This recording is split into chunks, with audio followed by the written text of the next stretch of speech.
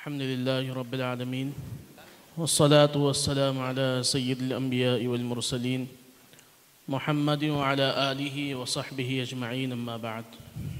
قال الله تبارك وتعالى في كلامه المبارك: أعوذ بالله من الشيطان الرجيم بسم الله الرحمن الرحيم والعصر إن الإنسان لفي خسر إلا الذين آمنوا وعملوا الصالحات وتواصوا بالحق وتواصوا بالصبر صدق اللہ مولانا العظیم.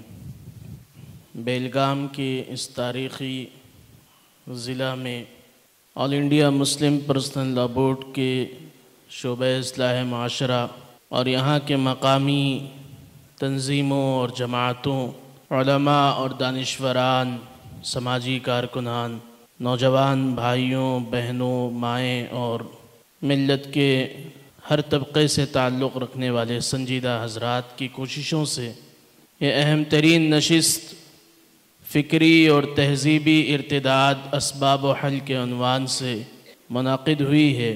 اس کے لیے ہم اللہ کا شکر ادا کرتے ہیں اور اس پروگرام کے منتظمین کا خصوصی شکریہ ادا کرتے ہیں.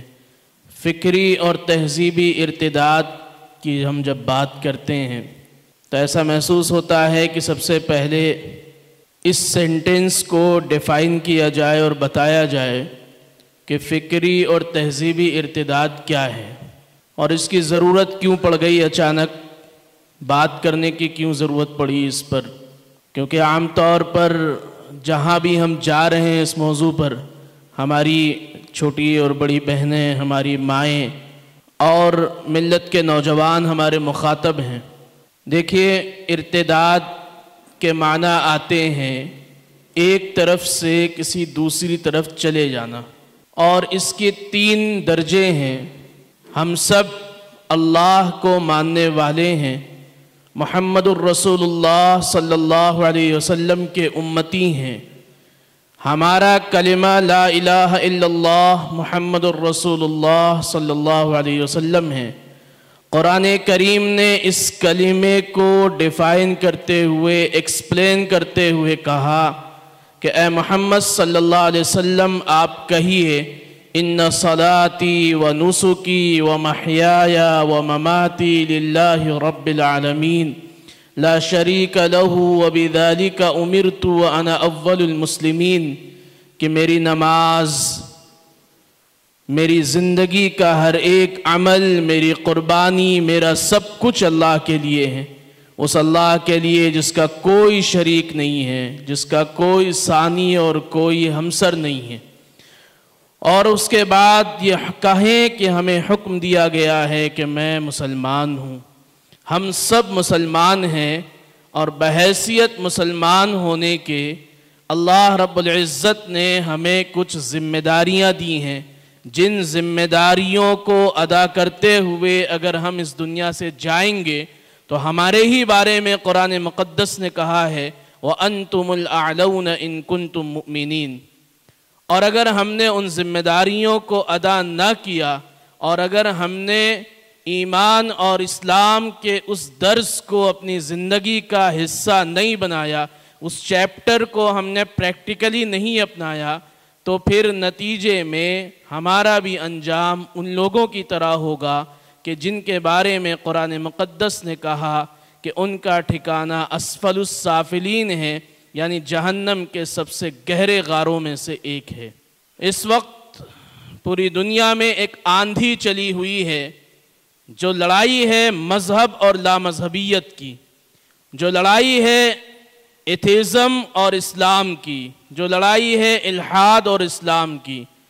الحاد مختلف طریقوں سے اسلام کے خلاف میدان میں برسر پیکار ہے، مختلف طریقوں سے اپنی کوششیں جاری رکھے ہوئے ہیں. انہی کوششوں کا ایک سلسلہ ارتداد ہے. ارتداد کے 3 زینے ہیں. سب سے پہلا زینہ، سب سے فرسٹ سٹیپ جو ارتداد کا ہے، ارتداد یعنی اپاسٹوسی، یعنی ذہنی طور پر، فکری طور پر، انٹلیکچولی یا آئیڈیالوجیکلی کسی اور فکر اور نظریے سے متاثر ہو جانا. تہذیبی طور پر کلچرل کسی اور تہذیب اور ثقافت سے متاثر ہو کر اس کے لباس، اس کے طور طریق، اس کے انداز، اس کا رہن سہن، اس کے چال چلن، اس کے کھانے پینے، یہاں تک کہ سونے جاگنے تک میں اس کو اپنا لینا، یہ فکری اور تہذیبی ارتداد کہلاتا ہے۔ اب بات کلیئر ہوئی، سب کو سمجھ میں آیا؟ اب ہم آگے بڑھیں۔ اس وقت سوشل میڈیا پر اور الگ الگ جگہوں پر ہم بار بار یہ میسیجز دیکھتے ہیں کہ ملت کی بہت ساری بہنیں مرتد ہو گئی ہیں، بہت سارے بہنیں کسی اور مذہب کے ماننے والے نوجوانوں کے ساتھ جا کر یا کسی اور وجہ سے اسلام چھوڑ رہی ہیں۔ ٹھیک ہے، اس میں کچھ سچائی ہے، کچھ جا رہی ہیں، کچھ بہنیں بے توفیق ہو رہی ہیں، لیکن اس سے بڑا مسئلہ یہ ہے کہ ملت کا ہر ایک گھر، کم و بیش ہر ایک گھر، فکر اور تہذیب کے طور پر ارتداد کا شکار ہے کہ اللہ ان سے کیا چاہتے ہیں، اللہ کا رنگ کیا ہے، اللہ نے انہیں کیوں بھیجا ہے۔ یہ جو کیمپین اصلاح معاشرہ کے شعبے کی جانب سے پورے ملک میں چلایا جا رہا ہے، اس کا مقصد یہی ہے کہ ہم سب سے پہلے اپنی ماؤں سے، بہنوں سے، نوجوانوں سے، اپنے والدین سے اور اپنے ملت کے تمام سنجیدہ لوگوں سے یہ بات کریں کہ دیکھیے، ہمارے گھروں میں اگر ہم ارتداد کی اس لہر سے اپنے گھروں کو بچانا چاہتے ہیں تو اس کے لیے سب سے پہلی چیز جو کرنے کی ہے وہ ہے بچوں کی دینی تعلیم و تربیت، وہ ہے بچوں کو مخلوط نظام تعلیم سے بچانا، وہ ہے کو ایجوکیشن سیٹ اپ سے اپنے بچوں کو دور رکھنا۔ پورے ملک میں اور پوری دنیا میں جس طریقے سے فحاشی اور بے حیائی کی آندھی چل رہی ہے، اس سے بچانے کے لیے ضروری ہے کہ ہم اپنے بچیوں کو ایسے نظام تعلیم سے دور رکھیں کہ جہاں دو غیر محرم آپس میں بیٹھ کر ایک ہی ٹیبل پر تعلیم حاصل کر رہے ہیں۔ جب دن کے 5 گھنٹے، 7 گھنٹے، 8 گھنٹے بچیاں دوسروں کے ساتھ ایک کیمپس میں ایک ٹیبل پر بیٹھ کر پڑھیں گی تو ظاہر سی بات ہے کہ انسان ہیں، اور انسان مرکب من الخطأ والنسیان، ہر انسان غلطیوں اور بھولنے سے بنا ہوا ہے۔ شیطان ہر وقت تیار ہے اپنی ڈیوٹی کو لے کر۔ ہم مسلمان اپنی ڈیوٹی سے غافل ہو سکتے ہیں لیکن شیطان نہیں غافل ہوتا۔ وہ جس مقصد کے لیے دنیا میں بھیجا گیا ہے، جنت سے نکالا گیا ہے، وہ اپنے مقصد میں لگا ہوا ہے۔ جب اس طریقے کی پرائیویسی ملے گی، اس طریقے کی تنہائی ملے گی دو غیر محرم نوجوانوں کو، تو ان کا مذہب کچھ بھی ہو، ان کا نظریہ کچھ بھی ہو، ان کی سوچ کچھ بھی ہو، لیکن وہ بائیولوجیکلی انسان ہیں، بالغ ہیں، ان کی اپنی کچھ ضروریات ہیں، کچھ جسمانی اور جنسی خواہشات ہیں، کچھ ان کے اوپر شیطان کا غلبہ ہوگا۔ یہ ساری چیزیں نتیجے کے طور پر انہیں ارتداد تک پہنچائیں گی۔ ارتداد نہیں تو کم سے کم فحاشی اور حرام کاری تک تو لے جانا طے ہے۔ اس لیے سب سے پہلی چیز وہ ایسے نظام تعلیم کے حوالے اپنے بچوں کو کرنا ہے کہ جہاں وہ سیپریٹ طریقے سے پڑھیں، کچھ بھی پڑھیں، اس سے ہمیں کوئی بحث نہیں، وہ کچھ بھی پڑھیں، وہ ڈاکٹر بنے، وہ انجینئر بنے، وہ لائر بنے، وہ عالم دین بنے، وہ حافظ قرآن بنے، وہ کچھ بھی بنے، لیکن ہم ان کو ایسا تعلیم کا نظام دیں کہ جو مخلوط نہ ہو، جو کو ایجوکیشن سیٹ اپ کا نہ ہو۔ کیوں؟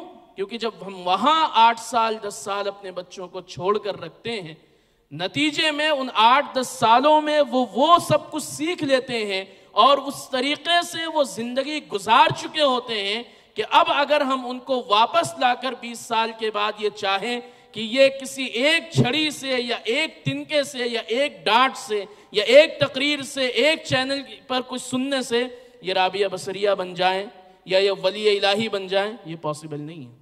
اس لیے میں اپنے بہنوں سے ریکویسٹ کرنا چاہتا ہوں کہ آپ اپنے گھروں میں یہ بات رکھیں کہ ہمیں ایسے اسکولوں میں بھیجا جائے جہاں سیپریٹ سسٹم ہے۔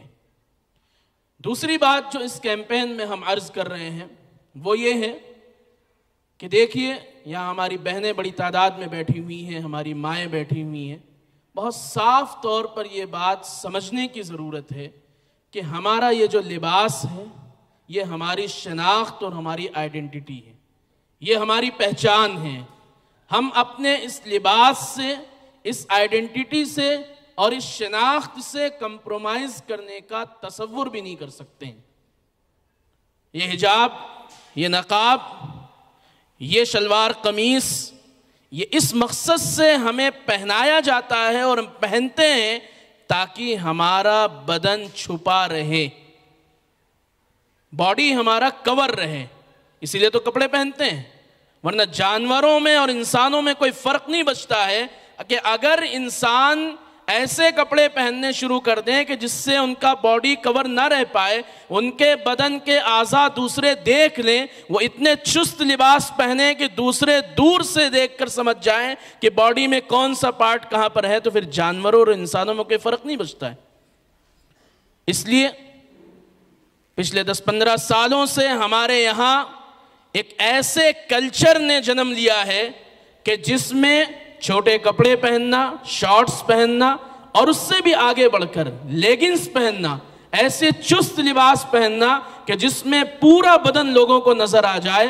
اور میں نوجوان بھائیوں سے بھی کہنا چاہتا ہوں، والدین سے بھی کہنا چاہتا ہوں، ہمارے نوجوان لڑکے پھٹی ہوئی جینس پہنتے ہیں، عجیب و غریب قسم کے ہیئر کٹ، ہیئر اسٹائل اپناتے ہیں، ادھر سے کٹا ہوا ادھر سے پھٹا ہوا، نہ ان کی نماز ہو رہی ہے، صدر ان کا چھپ نہیں رہا ہے، ان کے گھٹنے کھلے ہوئے ہیں، ان کی پیٹھ کھل جا رہی ہے۔ ہماری بہنیں اپنے والد کے ساتھ، اپنے والدہ کے ساتھ، اپنے دادا دادی، نانا نانی کے ساتھ، اپنے پیرنٹس کے ساتھ ڈائننگ ٹیبل پر، لیونگ روم میں، بیڈ روم میں، دسترخوان پر، فیملی فنکشن میں، ہر جگہ چھوٹے چھوٹے کپڑے پہن کر جا رہے ہیں، اور والدین کو ذرہ برابر کوئی فرق نہیں پڑتا کہ وہ ایک مرتبہ انہیں ٹوکیں اور یہ کہیں کہ بیٹی یہ لباس تمہیں اس لیے نہیں دیا گیا تھا کہ تم اپنے بدن کو کھولتی پھرو، بلکہ اس لیے دیا گیا تھا کہ تاکہ تم حیادار لباس پہنو۔ اس لیے ہماری دوسری اپیل آپ سے یہ ہے کہ آپ سب، خاص کر میں اپنی ماؤں اور بہنوں سے اپیل کر رہا ہوں کہ آپ سب حیادار لباس کو اپنے لیے لازم بنا لیں۔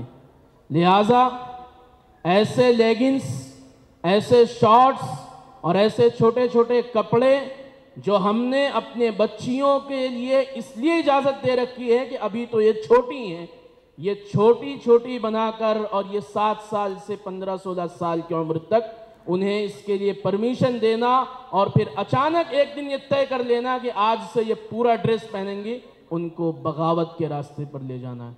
ابھی سے ان کی ذہن سازی کیجئے، آج سے اپنے اپنے گھروں میں بیٹھیے، اپنی بچیوں کو سمجھائیے اور ان سے ایسے چست کپڑے، ایسے لباس چھین لیجئے، جلا ڈالیے، ویسٹ کر دیجئے، ضائع کر دیجئے۔ آج سختی کریں گے، یہ سختی ان کے نسلوں کے حفاظت کا ذریعہ بنے گی۔ آج کی آپ کی یہ سختی جب وہ والدین بنیں گے، جب وہ ماں بنے گی، جب آپ کا لڑکا باپ بنے گا، تو وہ اپنے بچوں کی تربیت اسی انداز میں کریں گے، کیونکہ اپنے والدین کے ساتھ جو چیزیں ہماری یادگار بن جاتی ہیں وہ ہم کبھی نہیں بھول سکتے۔ اس کے لیے کون کون تیار ہے؟ میری بات سمجھ پائے آپ لوگ؟ تو لیگنز اور شارٹس آج سے کون کون جلائیں گے؟ کون کون ختم کریں گے؟ کون کون پہننا چھوڑیں گے؟ وہ اصل میں جلانے کی بات اس لیے بری لگ رہی ہے کہ ابھی 4,000-5,000 روپے کا خریدا ہے، مولانا صاحب کہہ رہے ہیں کہ جلا دو۔ اچھا، ہم سب ماڈل کس کو مانتے ہیں؟ ہم سب صحابہ اکرام کو ماڈل مانتے ہیں کہ نہیں مانتے ہیں؟ ہم سب محمد رسول اللہ صلی اللہ علیہ وسلم کے فالوور ہیں، ہم سب ایک اللہ کو مانتے ہیں۔ اچھا یہ بتائیے کہ محمد صلی اللہ علیہ وسلم تک ہمیں پہنچایا کس نے؟ اگر ابو بکر، عمر، عثمان اور علی، طلحہ اور عبداللہ اور عبد الرحمن رضی اللہ عنہ جیسے صحابہ اکرام نہ ہوتے تو کیا ہم محمد رسول اللہ صلی اللہ علیہ وسلم کو جان پاتے؟ نہیں جان سکتے تھے۔ اب سنیے، شراب آپ کو معلوم ہے کہ پہلے جائز ہے۔ سب سے پہلے حکم نازل ہوا یا ایھا الذین آمنوا لا تقربوا الصلاۃ وانتم سکارا، اے ایمان والو حالت نماز میں شراب نہ پیو۔ کیوں؟ کیونکہ عربوں کا کلچر تھا شراب کا، وہ 100 سال پرانی شراب رکھتے تھے، اور ہر سال حج کے بعد جو میلہ لگا کرتا تھا اس میلے میں، اس فیسٹیول میں وہ جاتے تھے۔ جیسے اب کبھی سمیلن، مشاعرے، نمائش ہوتی ہے، ایسے ہی وہاں ہوا کرتے تھے، اور سارے عرب کے بڑے بڑے لوگ، سردار اور بڑے بڑے لوگ وہاں اکٹھے ہوتے تھے اور اپنی اپنی شراب کی نمائش کرتے تھے، اور یہ کہتے تھے دیکھو ہمارے پاس 100 سال پرانی شراب ہے، 80 سال پرانی شراب ہے۔ وہ ان کے لیے سب سے بیش قیمتی سامان ہوا کرتا تھا، وہ ان کی آئیڈینٹی اور ان کی شناخت بن چکا تھا۔ جب نبی اکرم صلی اللہ علیہ وسلم نے ان سے یہ بتایا کہ اللہ نے تمہارے اوپر پوری طریقے سے شراب کو حرام کر دیا ہے، صحابہ کرام نے کیا عمل کیا؟ صحابہ کرام نے نہیں سوچا کہ یہ تو بہت مہنگی شراب ہے، 100 سال سے ہمارے آباء و اجداد نے ہمیں وراثت میں اس کو دیا ہے، ایسا کریں کہ اللہ کے نبی کو پتہ نہیں چل رہا ہے، چھپا کر رکھ لیں۔ نہیں، آپ یہاں علماء کرام بیٹھے ہوئے، حضرت مولانا عزیز صاحب نے تشریف فرما ہے، آپ پوچھ لیجیے، حدیث کی کتابوں میں لکھا ہوا ہے کہ صحابہ کرام جیسے ہی مسجد نبوی سے یہ حکم سن کر آئے کہ شراب حرام ہے، دوڑے گئے اپنے گھروں میں اور شراب کی بوتلیں اٹھائی، شراب کی سرامیاں اٹھائی، جن برتنوں میں انہوں نے شراب رکھے ہوئے تھے انہیں اٹھایا اور لا کر مدینے کی نادیوں میں انڈیل دیا اور یہ کہا کہ ہم محمد رسول اللہ کے امتی ہیں، ہمیں سمعنا و اطعنا کا حکم دیا گیا ہے کہ سن لو اور فوراً فالو کر لو، لہٰذا یہ گستاخی ہوگی کہ ہم اگلے 1 منٹ بھی اپنے گھر میں ان شراب کو رکھیں۔ اب بتائیے کہ صحابہ کرام کا عمل اور ہمارا عمل، میں نے آپ سے کہا کہ لیگنز نہیں پہننا ہے، شارٹس نہیں پہننا ہے، تو سب نے سوچنا شروع کر دیا کہ پھر ہم پہنے کیا؟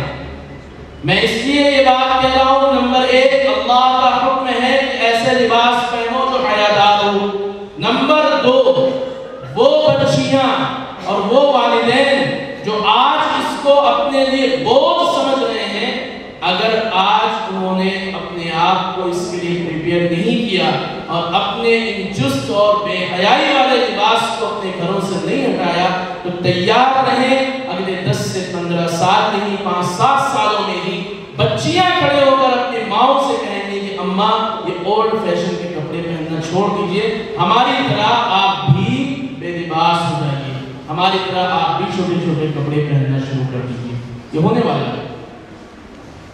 اور ایسا تجربہ آپ کو بھی کرتی ہوں گی سماج میں، اس لیے اب بتائیے کہ لیڈیز آج سے کون کون جلائیں گے، شارٹس کون کون اپنے گھروں سے نکال کر باہر کریں گے؟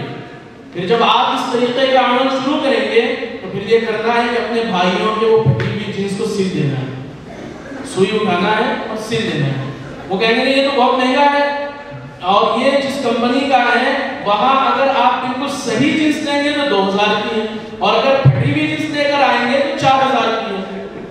تو آپ ان سے کہیں گے کہ ہم نے اپنے بچپن میں، اچھا آپ کو یہاں ایک بات میں روک کر کہوں، وہ ہمارے بھائی جس طریقے کی جینس پہنتے ہیں وہ سمجھ جائیں گے میں کیا کہنا چاہ رہا ہوں۔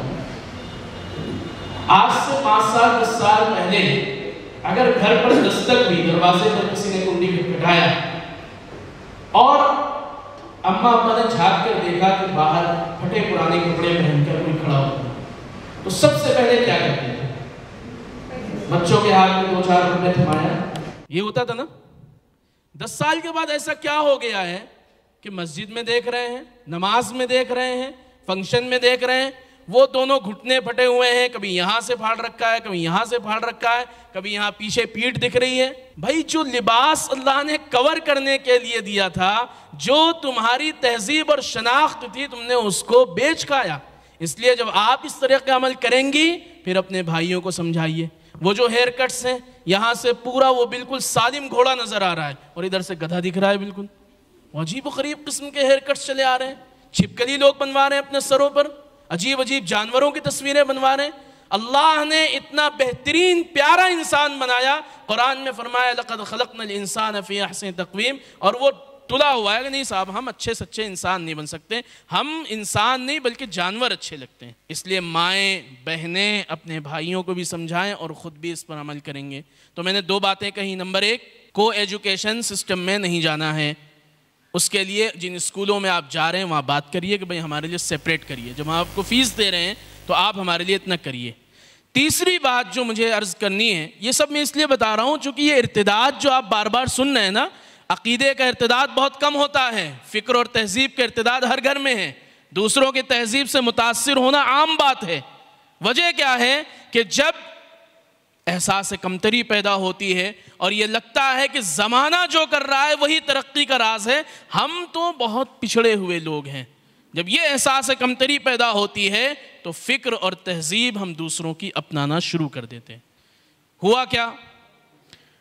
اللہ کے رسول صلی اللہ علیہ وسلم کے زمانے سے لے کر 1000 سال تک یہ مزاج رہا کہ اپنی شادیوں کو مسجد سے کر کے وہیں ختم کر دیتے تھے۔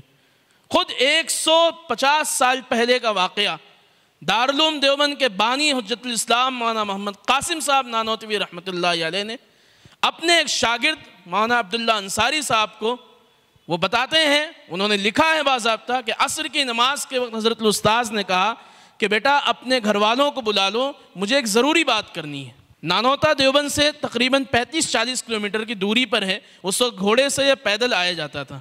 مولانا عبداللہ صاحب نے کہا ٹھیک ہے حضرت، کل بلوا لیتے ہیں۔ اگلے دن انہوں نے بلوایا، ظہر کے وقت والدین اور ان کے والد صاحب آئے۔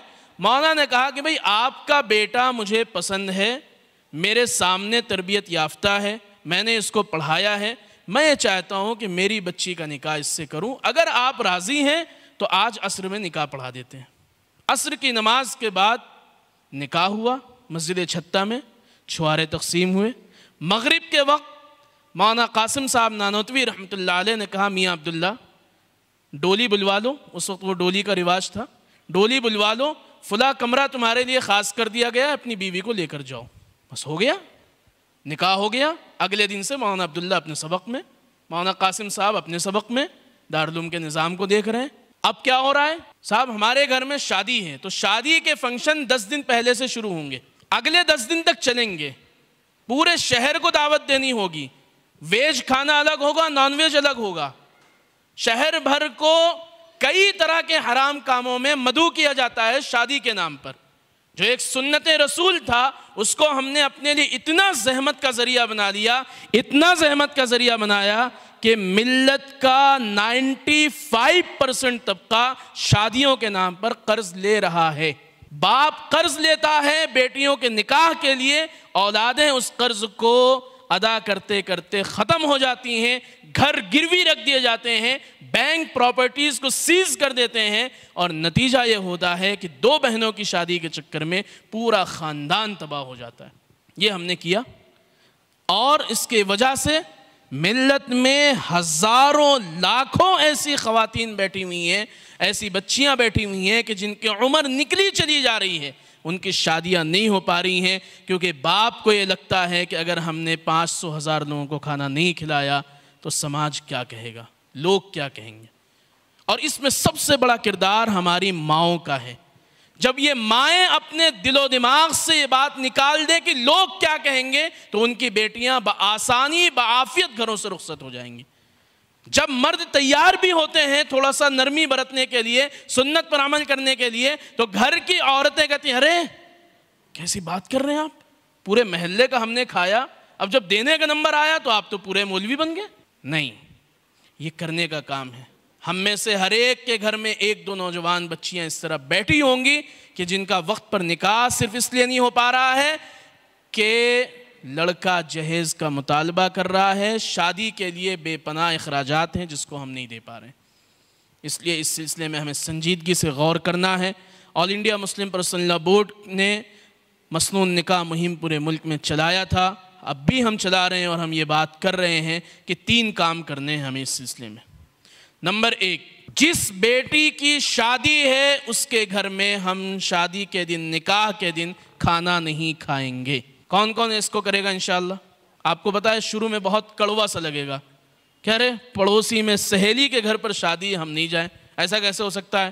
1 ہفتے پہلے سے انویٹیشن آیا ہوا ہے، بار بار فون آ رہے ہیں، آپ جائیے اپنی سہیلی کو رخصت کیجئے، لیکن آپ کمیونٹی کے لیول پر اعلان کیجئے کہ ہم اپنی بیٹی کو، اپنی بہن کو، اپنی سہیلی کو، اپنے دوست کو رخصت کریں گے، کھانا نہیں کھائیں گے۔ آپ کو پتا ہے کہ جب امیر گھرانے اس طریقے سے کرنا شروع کر دیں گے تو وہ محلے میں ہزاروں غریب لوگ جو اپنی بیٹیوں کو رخصت کرنے کے لیے قرض لینے کے لیے منتظر ہیں کہ کب قرض ملے گا، کب ہم رخصت کریں گے بیٹیوں کو، ان کے لیے سہولت پیدا ہو جائے گی، ان کے لیے آسانی پیدا ہو جائے گی اپنی بیٹی کو رخصت کرنے میں۔ نسلیں تباہ نہیں ہوں گی، بچیاں مرتد نہیں ہوں گی، بچیاں فحاشی اور بے حیائی کی طرف نہیں جائیں گی۔ یہ کرنے کا کام ہے۔ کون کون اس کے لیے تیار ہیں انشاءاللہ؟ آپ کو لگے گا کہ لوگ تو یہ خالی بات کر رہے ہیں، ایسا نہیں کرتے ہیں۔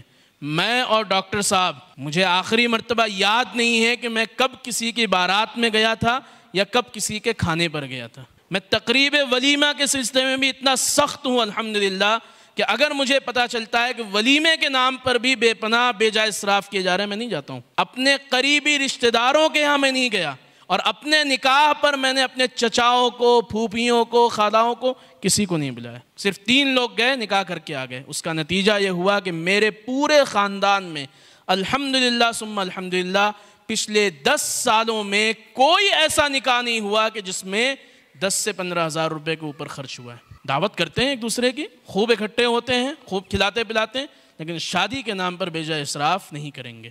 وہ جو پیسہ ہے، اب مالدار لوگ سوچیں گے کہ یار اللہ نے ہمیں اتنا سب کچھ دیا ہے، ہم کروڑوں روپے کے مالک ہیں اور ہم سے کہہ رہے ہیں کہ سادگی دکھاؤ۔ ہم کہہ رہے ہیں نہیں، آپ سادگی نکاح میں دکھائیے، لیکن ان پیسوں کو آپ دوسری جگہ انویسٹ کیجیے۔ آپ اپنے محلے سے 5 بچیوں کو، 4 نوجوانوں کو سلیکٹ کیجیے جو غریب ہیں، جو اس لیے نہیں پڑھ پا رہے ہیں کیونکہ ان کی فیس نہیں ادا ہو پا رہی ہے۔ آپ اپنے جیب خاص سے، اپنے حلال پیسے سے ان بچوں کو پڑھائیے۔ یقین جانیے سماج بھی ڈیولپ ہوگا، مسلم کمیونٹی کا اسٹیٹس بھی بڑھے گا، اور سماج میں لٹریسی ریٹ بھی بڑھے گا، اور مسلمانوں کے اوپر جو جہالت کا ٹھپا لگا ہوا ہے وہ بھی ختم ہوگا، اور آپ کا اپنا محلہ ایک ماڈل محلہ بن کر کھڑا ہوگا۔ ایسی بچیوں کا نکاح کرائیے جو مطلقہ ہیں، بیوہ ہیں، اپنے گھروں میں بیٹھی ہوئی ہیں۔ ایسی بچیوں کا نکاح کرائیے کہ جو 30 سال 35 سال کی عمر پار کر چکی ہیں، مناسب رشتہ نہیں مل پا رہا ہے۔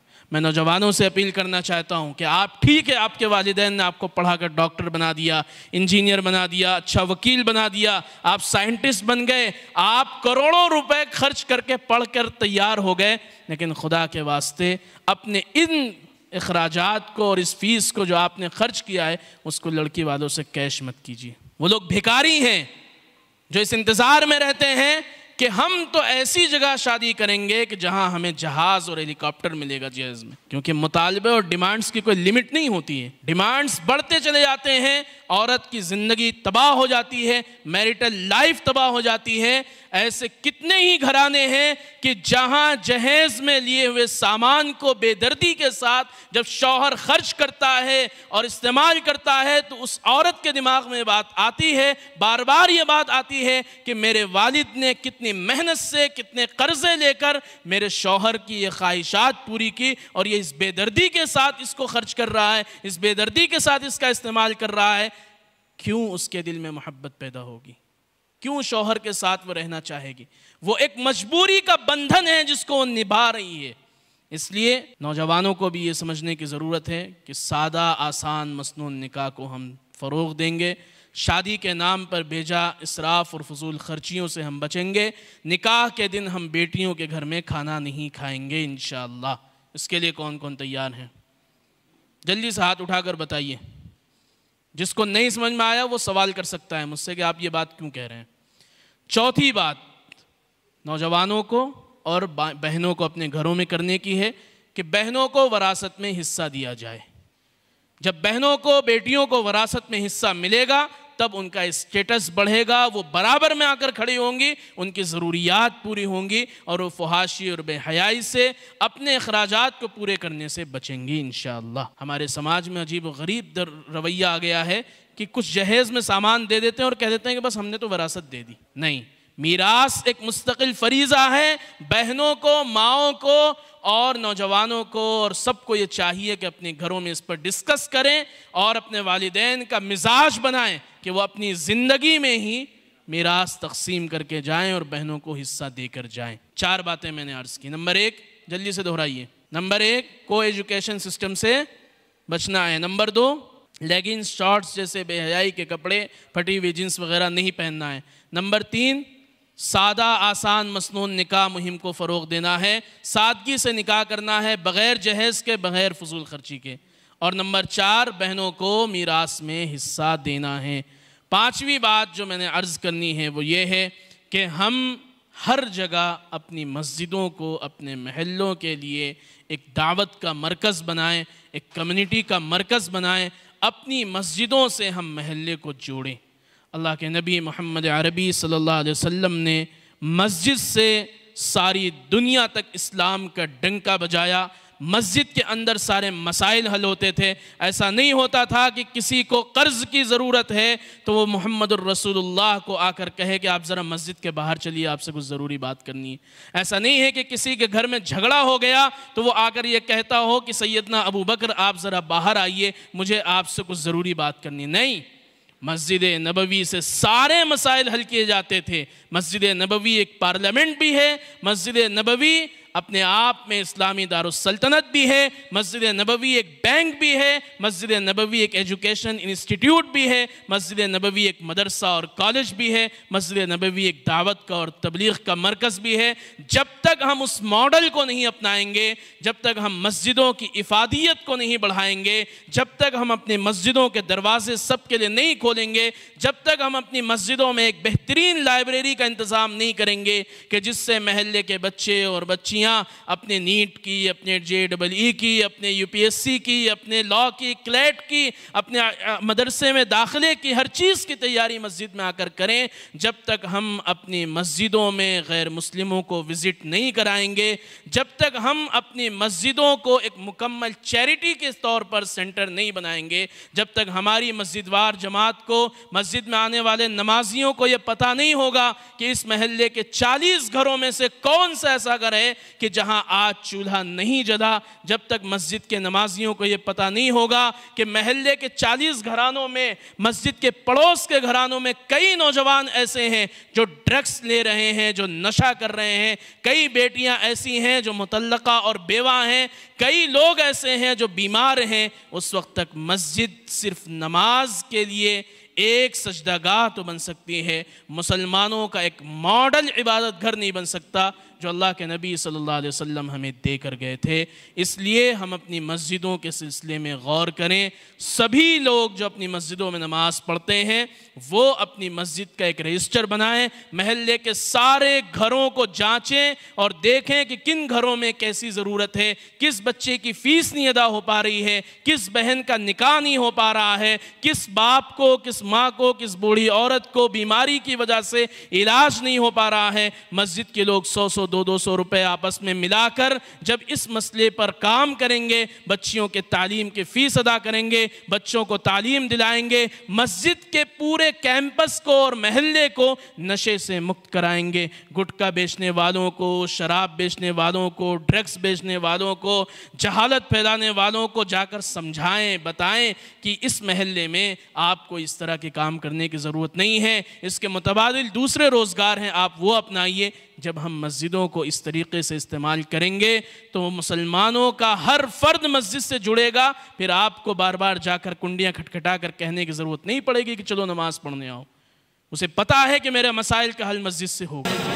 یہیں پر ایک آخری بات میں اس میں ایڈ کر دوں کہ مسجدوں کو صرف مسلمانوں کے لیے نہیں بلکہ مسجدوں کو غیر مسلموں کے لیے بھی ہمیں کھولنا ہے۔ ہمیں اپنی مسجدیں ان کو وزٹ کرانی ہے، اپنی مسجدوں کے باہر ہمیں ایک شاندار قسم کا ٹوائلٹ بنانا ہے، ایک کمرہ ہمیں بنانا ہے تاکہ رات میں محلے میں کوئی مسافر آ جائے تو وہ ہوٹلوں کے لیے در در بھٹکتا نہ پھرے، اس کا مذہب کوئی بھی ہو، اس کا نظریہ کچھ بھی ہو، وہ جب ہمارے مسجد کے ٹوائلٹ کو استعمال کرے گا، جب ہماری مسجد میں قیام کرے گا، فلٹر کا پانی پیے گا، فریج کا پانی پیے گا، اور جب وہ ہماری مسجد کے بیت الخلاء کو استعمال کر کے ہمارے یہاں کے پانی کو پی کر جائے گا، جب 2-4 سال 5 سال کے اندر کوئی ایک اس طرح کی فرقہ پرست تنظیم آ کر اس کے برین کو واش کرنے کی کوشش کرے گی اور اسے سمجھانے کی کوشش کرے گی کہ مسلمان اپنی مسجدوں میں طرح طرح کے نقصان پہنچانے کی مہم چلا رہے ہیں، ملک کو تباہ کرنے کی بات کر رہے ہیں،